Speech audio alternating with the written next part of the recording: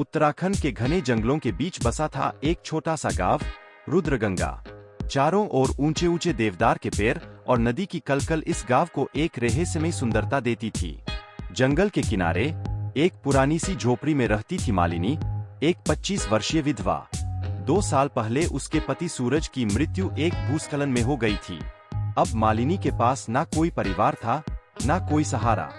वह जंगल से लकड़ियां और जंगली मशरूम इकट्ठा करके और गांव में जड़ी बूटियों का व्यापार करके गुजारा करती थी। मालिनी की आंखों में एक गहरा दुख समाया था।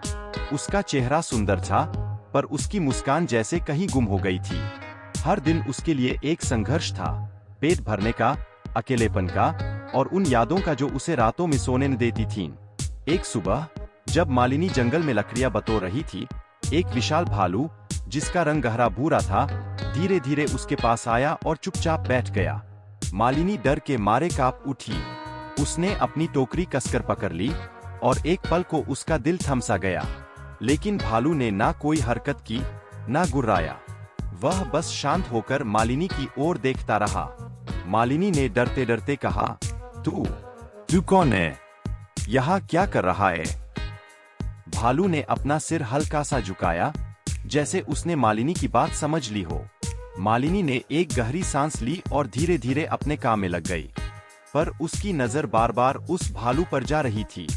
जब वह लकड़ियों का गट्ठर बांधने लगी, तो भालू ने अपने बड़े बड़े पंजों से धीरे से उसकी मदद की।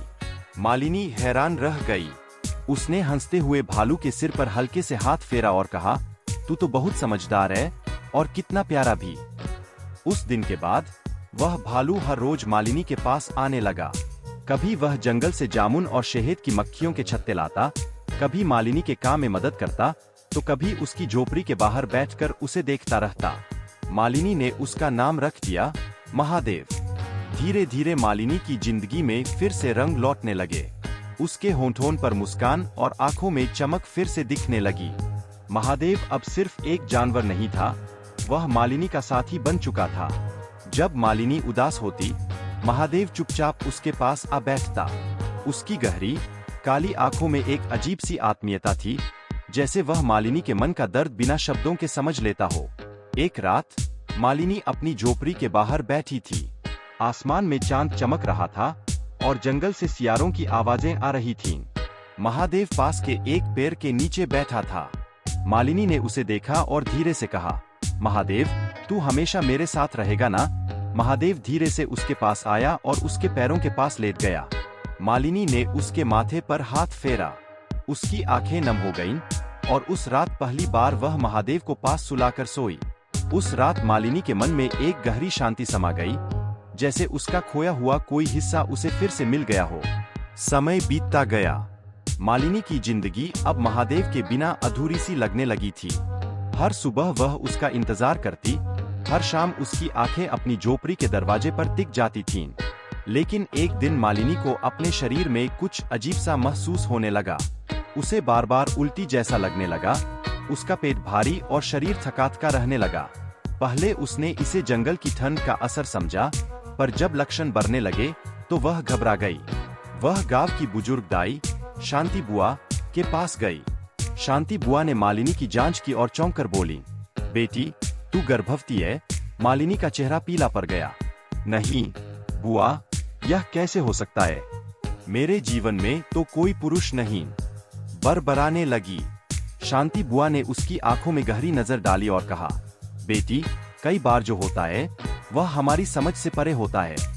यह प्रकृति का चमत्कार है। मालिनी वहां से लौट आई, पर उसका मन टूट चुका था।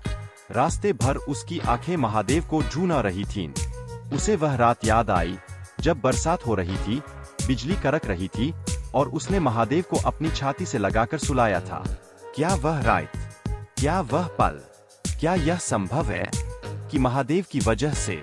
यह विचार मालिनी को अंदर तक हिला गया। अब जब महादेव उसके पास आता, मालिनी सहम जाती। पहले की तरह हंसी मजाक की जगह अब उसकी आंखों में डर और उलझन थी। महादेव तो पहले जैसा ही था, फल लाता, लकड़ियां उठाने में मदद करता, पास बैठता।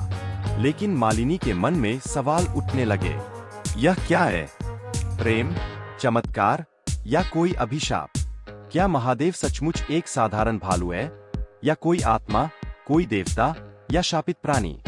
गांव में जब यह खबर फैली कि मालिनी गर्भवती है, तो तूफान मच गया।